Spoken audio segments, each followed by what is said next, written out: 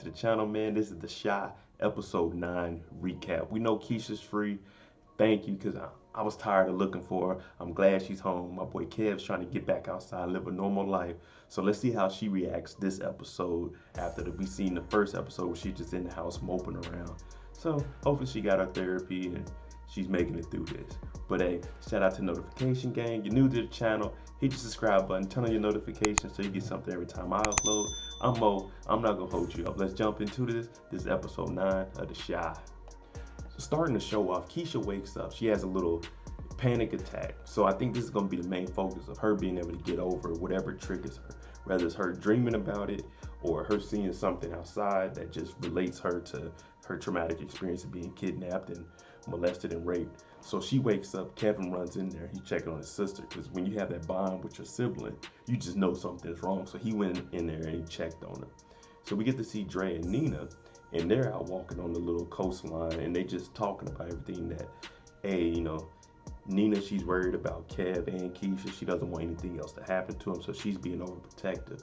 And Dre, she's still being like she was. She's like, we gotta move forward. She's still pushing progress. That's progress. Keisha's gonna be good. Kev is gonna be all right. We just gotta keep moving forward. Just like me and you with this marriage, we had tough times, but we overcame it. That's how Keisha and Kev are gonna be with this situation. Now it's gonna take time, and we're gonna have to help push them forward, but we can all make this through it together. We just have to all trust in each other, just like our relationship. It's not always gonna be easy, but let's stick it out. Let's figure out a way to make this happen and get Keisha better, get her back into the environment, and have her living a better life. So here we go, the love triangle from hell. Emmett, Tiff, and Dom. So we already knew it was a bad idea for Emmett to do anything with Dom, especially after the tarot reading told him he's the reason that him and Tiffany's relationship is going to mess up. He gets caught daydreaming, looking at who else but that thing behind Dom. He laying there trying to get gum off of it. Tiffany catches him. So he starts lying about being tired. So at this point, they're cleaning up everything. And they ask Emmett, what do you want to do? He's like, I want to get new floors. You know what I'm saying? I want to get new chairs. I want to redo the wall. And Dom is pretty much like, we have to make money. And you hear Miss Jada in the background. I've never seen Sonny's this clean. And Emmett's like, yeah, you know what I'm saying? It's clean, but I got to put my stank on it. And Dom shoots a subtle like, nah, we gotta put our stank on it. But we already know they didn't put their stank on that counter in the back where they make the macaroni and cheese. Like, ain't no one brought that up. Like, we eat back there. That's where y'all make the food. But anyway, they start coming up with names, and Dom is like, Dom and Emmett's. And he's like, nah, you can't name the restaurant after yourself. Look what happened to Sonny's. It's bad luck. So Dom turns around and says, well, if you needed any inspiration, let me know.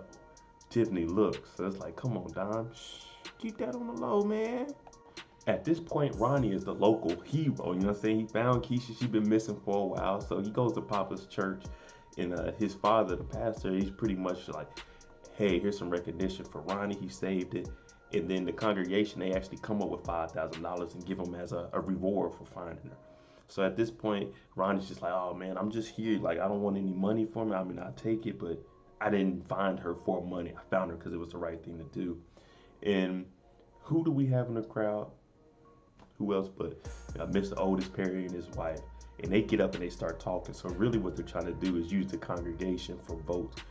His wife, Rosalind, she starts talking about, yeah, we're doing this for the community. We're here. We're going to help support you guys. So in return, you should vote for, you know, saying Otis Perry, because that's what we do. We're in the community. We're trying to figure things out. So they're trying to, it's what politics do. They use the church, and we already know that Camille had tried to pay off the pastor before, and Camille is Lena Waithe, the creator of the show, because she's running against Otis. So if you can get the church people behind you, they'll pretty much believe anything. Kev's been having a hard time adjusting to what happened to Keisha because he still wants to live his normal life, and he doesn't understand that what she's going through is bigger than him. He'll have to become an adult to understand, like, what she's going through, bro.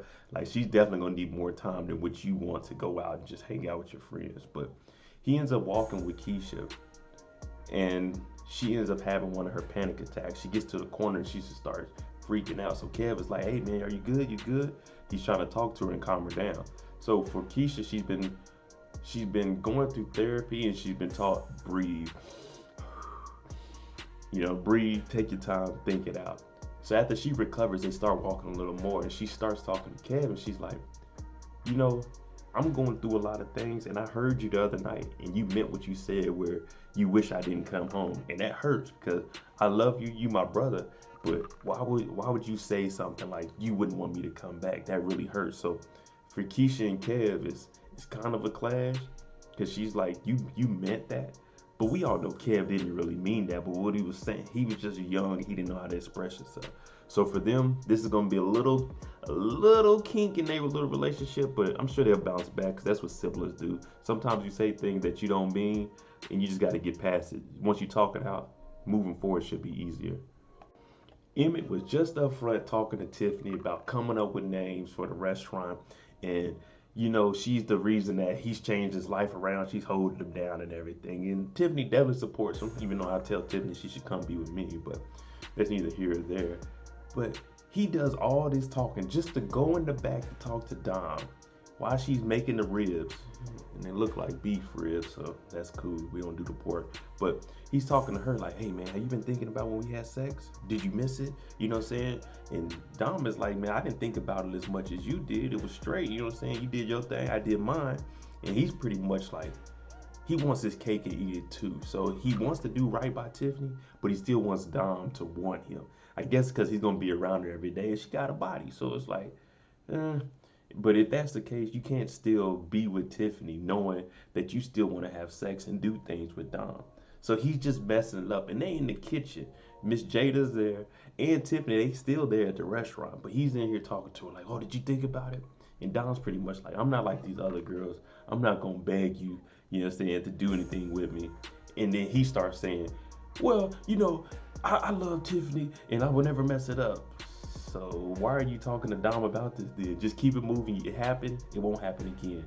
But while they're doing this, Miss Jada catches them and she pretty much interrupts. She knows something's going on because that's what mothers know, especially Emmett. We know if he's around an attractive woman, he just ain't going to... His brain turns into Kanye and he just forgets what the hell is going on in life. After the little church ceremony for our courageous hero, Ronnie, we see Douda and, Rosalind get into it. He's pretty much like, hey, I'm running for office. Take your ass home. Don't step up for me and be talking in front of people for me. I got this. This is my campaign. So they get their little spaz and walk off. And then Ronnie comes out. And it comes out that Ronnie's actually going to take his money and go to Springfield with his boys and start working and just start a new life in there. But he gets an opportunity before he goes to see his granddaughter. So for him, he's like, man, that'd be nice, to see my granddaughter. And then his ex is pretty much telling him, like, yeah, she's beautiful. And Ronnie's like, well, she must take after you. And she's pretty much telling him, like, man, the city ain't gonna be the same without you, Ronnie. But I'm thinking, man, Ronnie was pretty much homeless. Man, the city don't care about Ronnie. He saved Keisha, but other than that, he's still a murderer because he killed old boy back in season 1. And that's what someone in the church said. It's like, man, he's still a murderer though. Like, he may be a hero, he still killed somebody. So while he's talking to his ex, he's pretty much telling him, like, yeah, I'm gonna head out to Springfield, but I'm gonna lay my grandmother's ashes, in the little river. I would like for you to come. And she's pretty much like, your grandma didn't like me. And he's like, it's not that. She just liked me more than she liked you. So he's going to build a bond before he leaves. It's good he gets to see his granddaughter, his grandchild, before he leaves. So Ronnie, I don't know. This might be the last episode we see Ronnie. Now, I don't know what Trig and Jake got going on, but they chilling at the house, and all of a sudden, you hear the G-Wagon alarm going off. And that's one thing we don't do is play about the G-Wagon. They run outside. A little dude, he gets in there, but you see him take off. And Jake is like, man, I know that dude. That ain't no crackhead. This little TJ, he run with 63rd.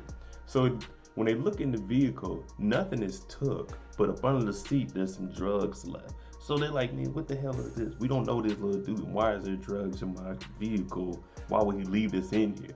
So I don't know if this is somebody like on 63rd, like they know who Trig is and like, hey, you work for us now. If you're gonna be running around doing different type of things, or what it is. So we're gonna have to investigate this a little bit more and figure out who he is and why he left this for Trig. I told you Miss Jada knows what's going on with her son Emmett. We all know Emmett is a liar. Emmett can't lie. Miss Jada gets him outside and she pretty much like, what's going on? What's on your mind? And Emmett starts lying, talking about, oh, we were just coming up with names. Like, no, you wasn't. Y'all don't get that close to each other to come up with names for a restaurant. So Miss Jada just comes out and flat out says it. Did you fuck her?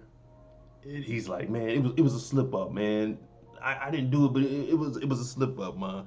And Jada's like, man, it's always a slip up, man. And Emmett tries to explain it didn't mean nothing, and Emmett knows it didn't mean anything, but Jada knows just like any other time, it never means anything.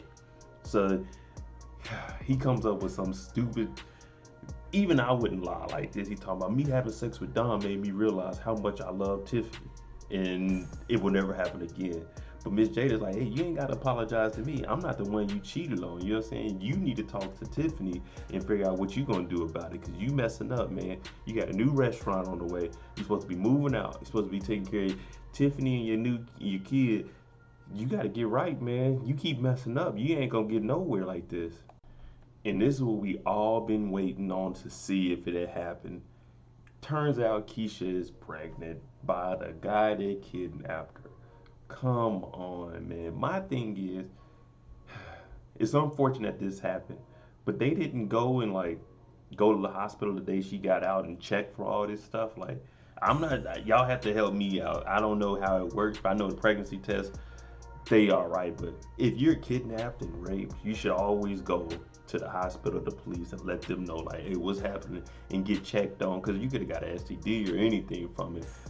This situation, they're pregnant. Now I don't know if they can detect pregnancy that early, even if you go to the hospital, but you can still get checked for STDs and anything else that she may have got. But unfortunately, man, young Keisha ended up pregnant, man. That's horrible. It's one thing to be a teenager and pregnant, but one to be raped and have a baby that you probably gonna care for. So now it's like, it's my baby, but I don't want to have the baby of a rapist. I don't know, man. This is tough, man. But I'm a male. I can't speak on this because it's a female and it's her bodies. But man, it's all messed up, man. This is a change of events right now. Like, that's gonna be tough. After the little situation at Trig's house, him and Jake, they go to Douda's house, and I don't know what Jake is going in here to get, but Trig is like, man, if you feel like something ain't right, get up out of there. So Jake goes up in the house and he goes to a safe in the hallway. I don't know why this safe would be in the middle of the hallway, but there's a safe in the hallway, in the closet. Jake's going in here. He used to know the password for it, it seems like, but he's pressing stuff and he can't get it open. Out of nowhere, Rosalind catches him. So for him, he's thinking, oh man, it's over. But if you remember the spat that Rosalind had with Douda earlier, she's pretty much like, you know what? Forget Douda. You know what I'm saying? You don't want me on your campaign working with you? I told you about Jake. He knows what happened to his brother because of you. So he's going to be coming after you. So she tells him, how you going to break into a safe if you ain't got the code?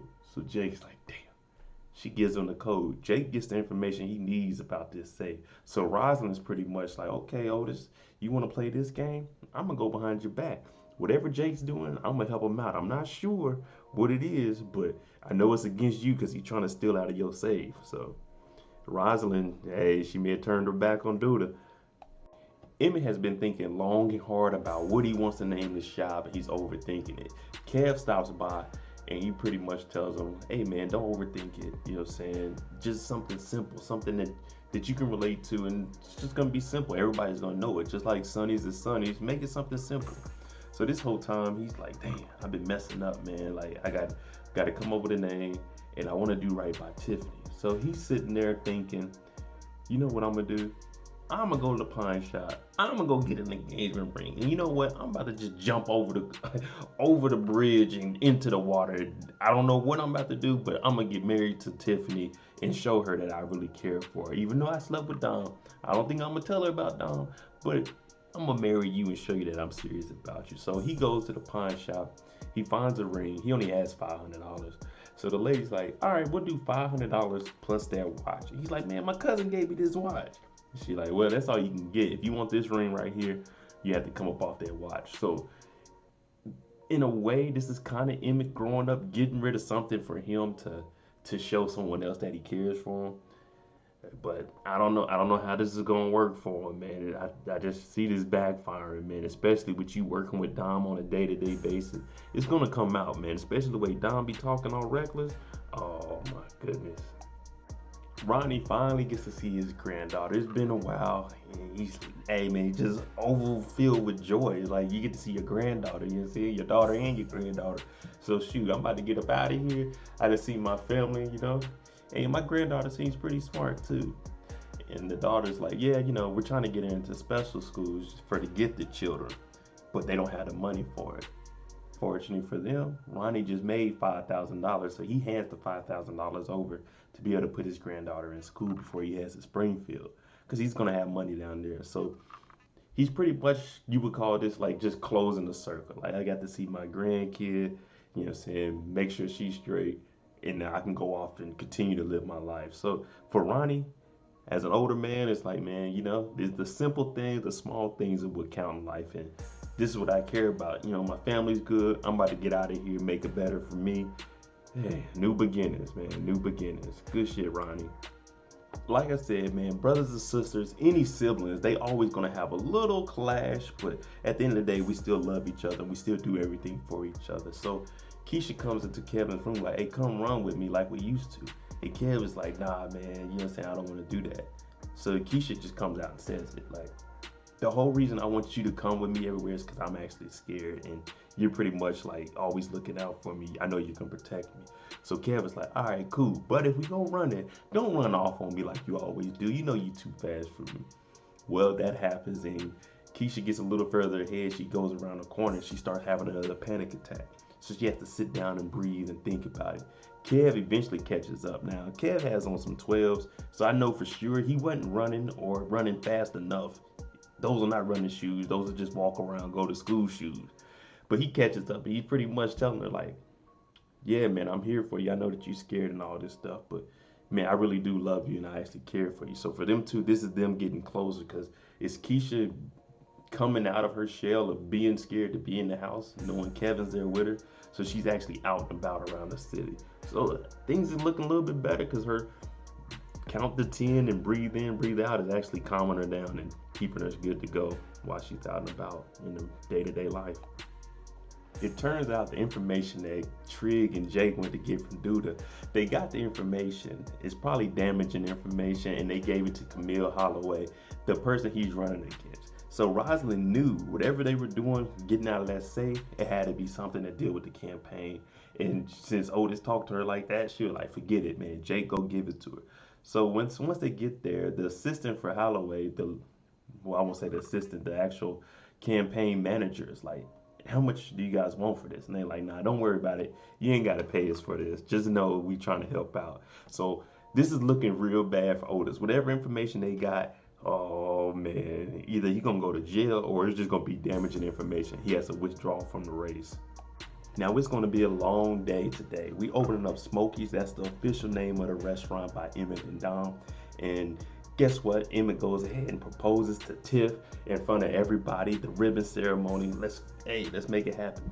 But while all this is going on, Dom is looking like, you were just talking to me about us. Now you're proposing. Something ain't sitting right with Dom. I think she about to go into full hater mode.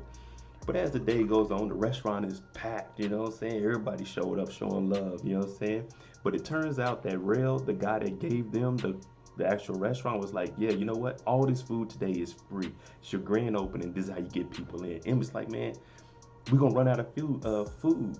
And he's like, oh well, but you got to do this for the people, man. It's free on opening day. Emmett's dad pulls up, and we all know how Emmett's dad felt about Tiffany. So once he found out that they got engaged, he's like, oh man, because he always thought Tiffany was the one cheating. But Jada tells her, nah, it wasn't Tiffany this time. It was good old Emmett.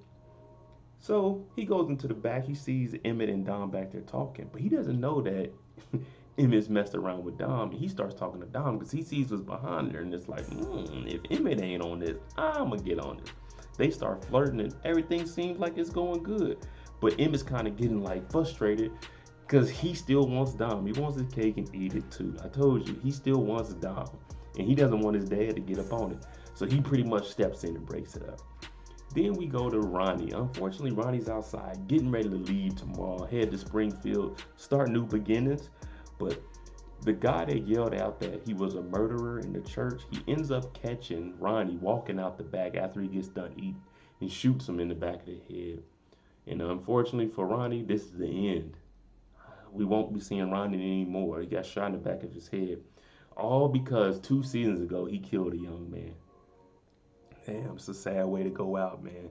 And then I know for Emmett in the restaurant, this is gonna be all bad. Like, man, y'all had a murder over there, man. But then again, this is Chicago, so murders ain't uncommon. All right, there we go. Episode 9 of the Shy Recap. Let me know what you think is gonna happen between Dom and Emmett. I think it's gonna be real messed up, man. Emmett just can't get right. But let me know what you think below. Hey, thanks for watching, man. We're gonna be here for episode 10 next week. The Shy, man, it's a very, very good show, man. I really like The Shy. I'm hooked on it. So, hey, if you like my content, you're new to the channel, man, share, subscribe, like. Let's try to get 100 likes on this video, and we'll be back for it next week. Thanks for watching. I'm Moedotj. Jemma on the beat, boy.